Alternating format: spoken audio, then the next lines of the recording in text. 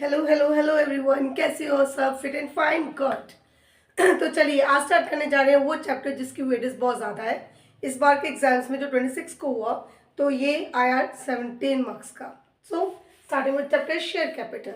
Okay, तो as usual मैं ज़्यादा थ्योरी पे डिटेल में नहीं जाऊँगी, तो सीधा डायरेक्ट हम आ रहे हैं मेन टॉपिक्स। तो जब कोई कंपनी, जैसे कोई सोल प्रोप्राइटर है, उसने बिजनेस स्टार्ट करना है ना, एक पार्टनरशिप फॉर्म शुरू होगी, तो उनकी बेटा जो कैपिटल रिक्वायरमेंट है वो बहुत कम होती है। ठीक है। उनको थोड़ा पैसा चाहिए, लेकिन एक कंपनी को एस्टैब्लिश होने के लिए बहुत पैसा चाहिए। ठीक है। तो ज़रूरी नहीं है कि हर पर्सन के पास उतना अमाउंट हो, उतना पैसा हो। ठीक। तो इन्वेस्टमेंट के लिए वो क्या करेगा, वो शेयर कैपिटल यूज़ करेगा। तो क्या करना है, उसको शेयर्स इश्यू करने पड़ेंगे। वो फंड रेज करेगा पब्लिक शेयर होल्डर्स में से। ठीक है।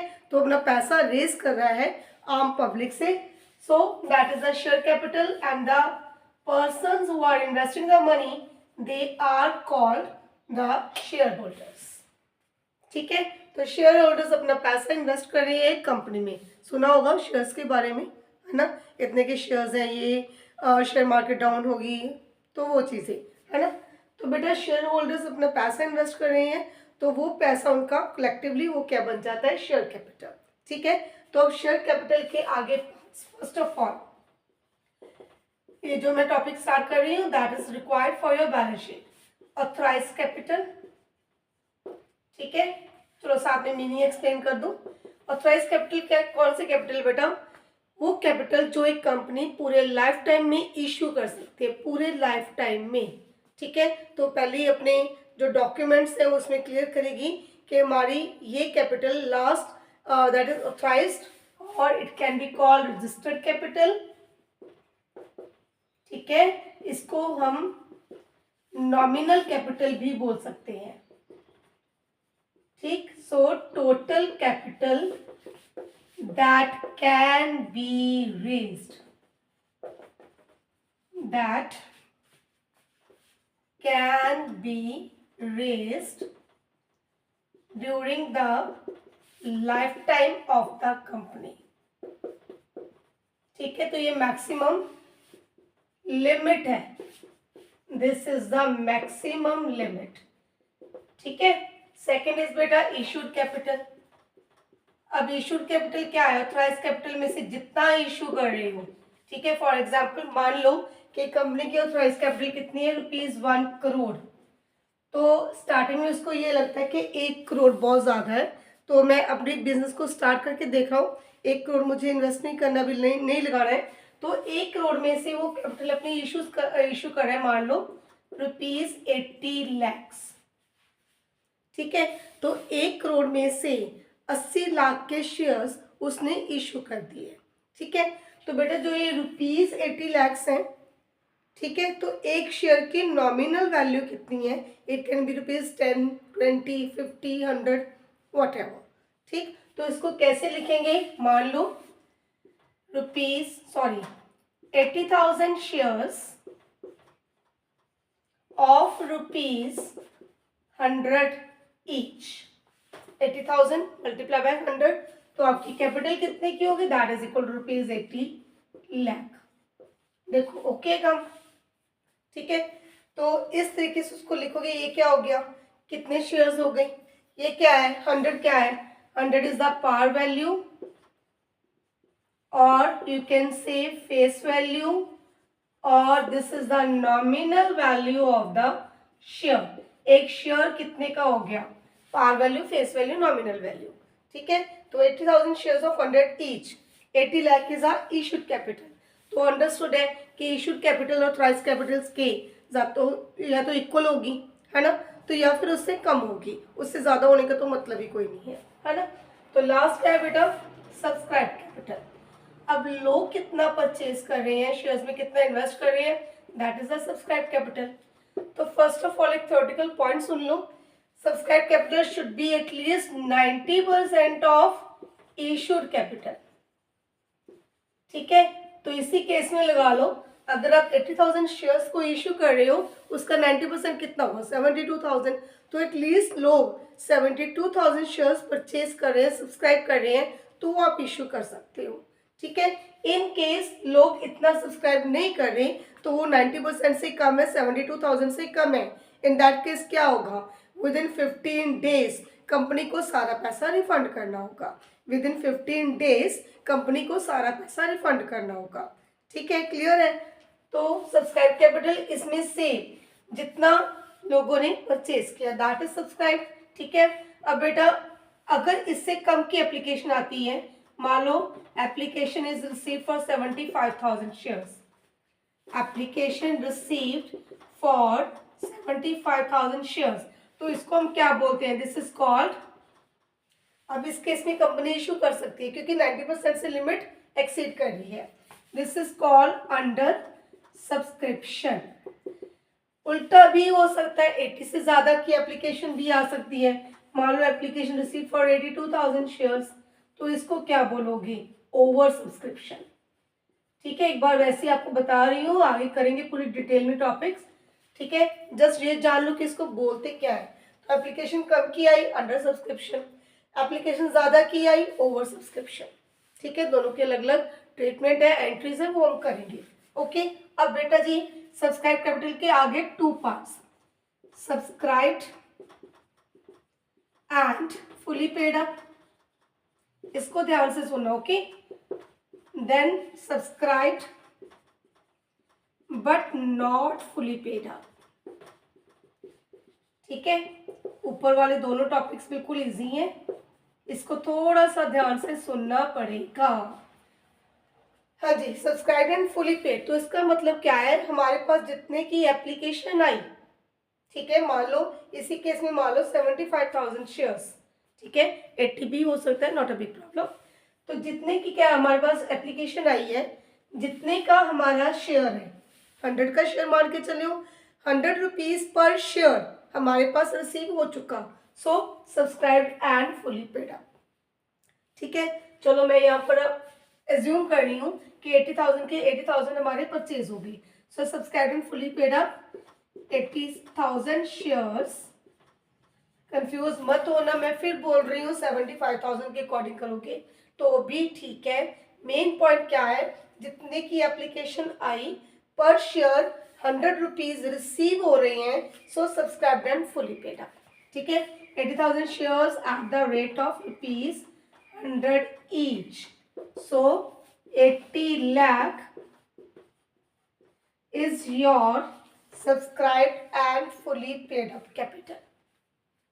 ओके, अब subscribe but not fully paid up, देखो पहले तो नाम से क्लियर हो रहा है, नॉट फुली पेड मीन्स पैसा आया ही नहीं है।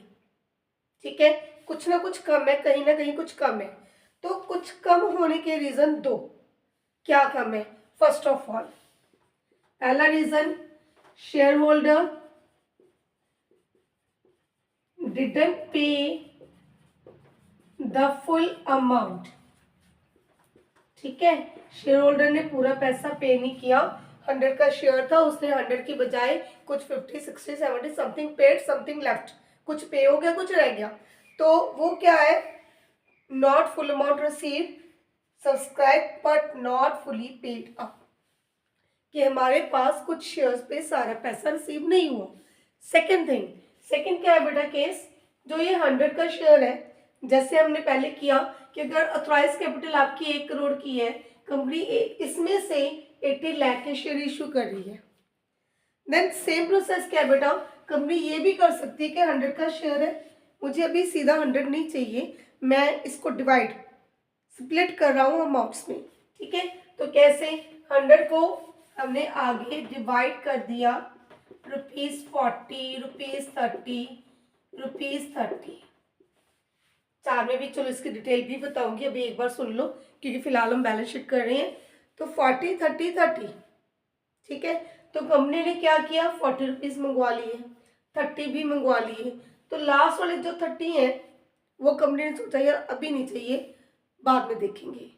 तो मतलब क्या है कि बेटा जितने भी शेयर्स है 75 और 80 पर शेयर आपके पास जो रिसीव हुआ 70 रुपीज। ठीक है, एक बात और सुन लो थोड़ा सा, इसको बोलते हैं एप्लीकेशन मनी, प्लीज कंफ्यूज मत होना, न्यू चैप्टर है, डर सकते हो, सभी वर्ड्स इतनी बार रिपीट होंगे कि आपको याद हो जाएंगे, स्ट्रेस लेने की कोई ज़रूरत नहीं है। This is the application money, this is the allotment money, this is the call money. देखो जब क्या करते हैं, एक मतलब शेयर होल्डर एप्लीकेशन फॉर्म भर रहा है तो वो अपने एप्लीकेशन फॉर्म के साथ एप्लीकेशन मनी सेंड करेगा। आपने कॉलेज में एडमिशन ली है, एप्लीकेशन फॉर्म भरते हो, साथ में कुछ पैसे भी देने पड़ते हैं, है ना। तो वो पर्सन भी क्या कर रहा है बेटा, वो एप्लीकेशन फॉर्म के साथ पर शेयर 40 रुपीज़ अपनी एप्लीकेशन मनी सेंड कर रहे हैं, ठीक है। तो बाद में कंपनी ने डिसाइड किया कि इसको इतने शेयर्स देने हैं, सो उसने क्या किया, शेयर्स अलॉट किए, है ना। तो जब कंपनी शेयर्स अलॉट करेगी, शेयर होल्डर्स को मैसेज लगाएगी कि सेकेंड इंस्टॉलमेंट भेजो, तो वो सेकेंड इंस्टॉलमेंट क्या है, that is called allotment money. Application money, allotment money. इसके बाद जो भी अमाउंट बचा उसको कंपनी की मर्जी, एक कॉल, 2 कॉल, 3 कॉल्स, जैसे भी उसको ठीक लगे, ठीक है। तो मैंने डिसाइड किया कि जो पैसा रह गया उसको एक ही कॉल में मंगवाने हैं। सो 30 is the first and final call, first and final call. So application money, allotment money, first and final call, ठीक है। स्ट्रेस नहीं लेना, ओके, सब कुछ इजीली याद होगा। चलो, तो अब क्या हुआ कि पर शेयर हमारे पास रिसीव हुए ₹70, ठीक है। तो दोनों तरीकों से प्लीज लिखने का way, that is very very important, ध्यान से देखना। Subscribe but not fully paid. In the first case क्या लिखोगे, अगर मान लो 1000 शेयर्स पर लास्ट कॉल पेंडिंग है, ठीक है, तो मेरे 80,000 में से 1000 पर कॉल पेंडिंग, तो अब सब्सक्राइब एंड फुली पेड भी कितना आएगा, 79,000 shares, 100 each, 79 lakh. Total shares 80,000, 1000 पर अमाउंट पेंडिंग है, 79,000 शेयर्स वो वाले जिन पर totally amount received, then 79,000 shares, 100 each, is subscribed and fully paid up capital. अब 1000 को कैसे रिप्रेजेंट करना है, 1000 shares at the rate of ₹100 each। पहले मेंशन करोगे कि ऊपर अमाउंट कितना आना चाहिए, 1 lakh less calls in arrear, ठीक है। एरियर कितनी बेटा, 1000 multiply 30, last call not received, ठीक। So this is equal to 30,000, amount received is 70,000, okay, 79,70,000। देखो इसको ध्यान से, ठीक है, स्क्रीनशॉट ले लो, नोटबुक पर लिख लो, वीडियो पॉज कर लो 2 मिनट के लिए। तो 1000 shares 100 each, 1 lakh, less calls in arrear 30,000। तो सारा मेंशन हो गया कितने शेयर्स, कितने का एक शेयर, कितना आना चाहिए था, माइनस कितना नहीं आया, सो कितना रिसीव हो गया, टोटल किया, टोटल इतना रिसीव, डन, ठीक है। सो पहले इस केस को सारा रिपीट कर लो। Authorize capital, the maximum limit of a company that they can issue the capital during the lifetime, ठीक है। इसको भी कैसे लिखना है वो भी बताऊंगी। इश्यूड कैपिटल इसमें से कितना इशू हो गया, ठीक है, ऑथराइज से इक्वल भी हो सकता है, उसके उससे कम भी हो सकता है। देन सब्सक्राइब कैपिटल 90% मिनिमम आना जरूरी है, ठीक है, अगर नहीं आया तो 15 डेज में पैसा रिफंड। देन अगर कम आ रही है तो अंडर सब्सक्रिप्शन, ज्यादा एप्लीकेशन आ रही है ओवर सब्सक्रिप्शन, ठीक है। अब सब्सक्राइब के आगे 2 पार्ट्स है, fully paid, not fully paid. तो जिन शेयर्स पे सारा पैसा रिसीव हो गया वो आएंगे फुली पेड में, जिन पर पूरा पैसा रिसीव नहीं हुआ तो उनको ऐसे रिप्रेजेंट करोगे, ठीक है। शेयर्स कितने, कितना उस पर नॉमिनल वैल्यू या पार वैल्यू, तो उसमें से कितने की एरियर, इसको बोलते हैं कॉज इन एरियर, माइनस करके इतना से वो दोनों को प्लस किया, टोटल अमाउंट रिसीव्ड, ठीक है। अब बेटा जी इन केस कि कंपनी ने ही सारे शेयर्स पर कुछ पैसा कम मंगवाया, तो इसकी बजाय अब हमारी सेकंड ऑप्शन क्या होगी, और सेकंड, ये कैटेगरी तो भूल ही जाओ। क्यों? क्योंकि सारे शेयर्स पर ही हमारे पास 70 रुपीज आए है ना। तो आप लिखोगे subscribed but not fully paid.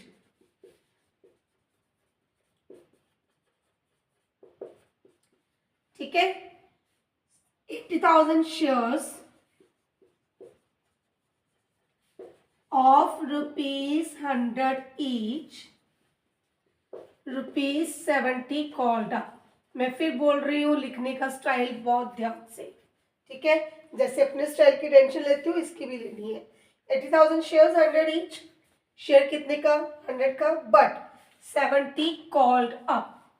Called up कितना मंगवाया? 70 मंगवाया, उसको बोलते हैं कॉल्ड अप कैपिटल। ठीक है, तो 70 कॉल्ड अप। अब 80,000 मल्टीप्लाई बाय 70, तो आपकी कैपिटल कितनी होगी? ₹5,60,000। ठीक है, अगर ये केस हो तो उसको ऐसे लिखोगे, ऐसे मल्टीप्लाई करके कितना अमाउंट बता दोगे। इसमें से कोई एडेड हुई, ठीक है, 80,000 शेयर्स इतना मंगवाया, इतना आया, इसमें से एक पर्सन नहीं भेज रहा, तो यहीं पर लिख दोगे less call in arrear.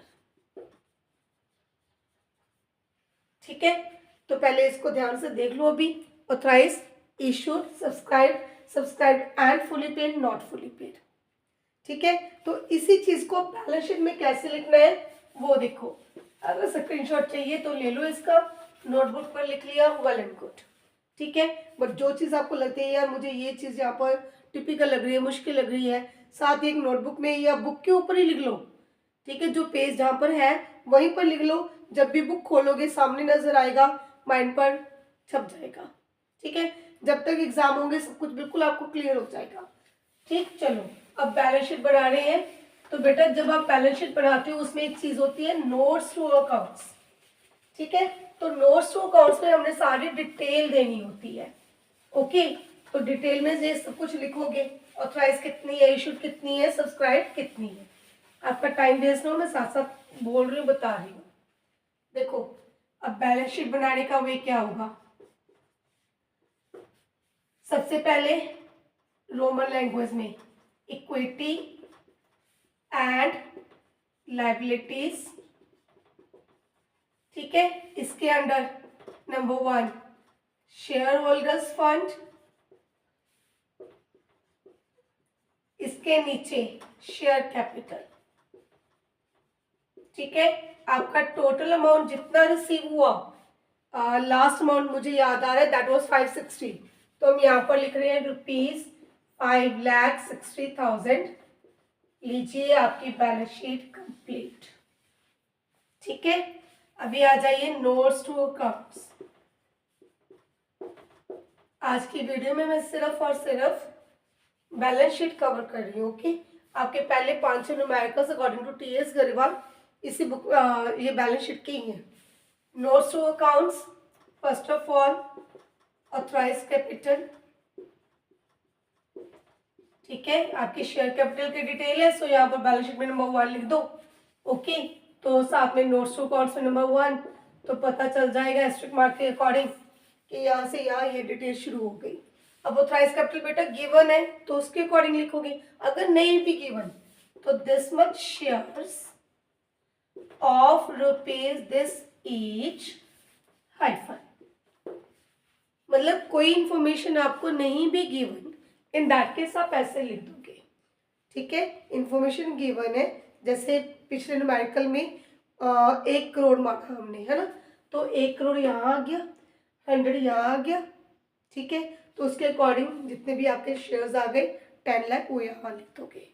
Okay का, चलो सेकंड इशूड कैपिटल। अब इशूड कैपिटल कितनी है? 80,000 शेयर्स ऑफ ₹100 ईच। यहाँ पर लिख दू, कर दो complete, 1 lakh shares of ₹100 each. ठीक है, तो 1 करोड़ की हमारी होगी कैपिटल इधर। ठीक है, डबल लाइन, डबल लाइन का मतलब क्या हो गया, इस अमाउंट का नीचे वाले अमाउंट से कोई कनेक्शन नहीं है। 80,000 शेयर्स ऑफ 100 ईच, 80 लाख, ठीक है, इशूड हो गया। Third, subscribe capital. अब सब्सक्राइब कैपिटल के under 2 parts, first subscribed and fully paid up, ठीक है। अभी जैसे आपको बताया उसके अकॉर्डिंग, ओके। लो मैं साथ में अमाउंट लिख ही देती हूँ, 79,000 शेयर्स ऑफ ₹100 ईच, तो 9 लाख आपके पास total receive. Then subscribed but not fully paid, 1,000 shares of ₹100 each, 1 lakh less calls and area, 1,000 multiply 30, 70, so 79,70,000 subscribe capital, ठीक है। अब यही अमाउंट आपका इधर मैंने एरियर्स के अकॉर्डिंग वो लास्ट वाला अमाउंट लिख दिया था, अब ये बैलेंस शीट के अकॉर्डिंग, ठीक है, लीजिए। ओके, तो जितना आपका सब्सक्राइब का टोटल आ रहा है सेम आपका जाएगा शेयर कैपिटल अकाउंट में, ठीक है ना। 79,70,000 that is the share capital, this is the balance sheet and these are your notes to accounts, ठीक, क्लियर है।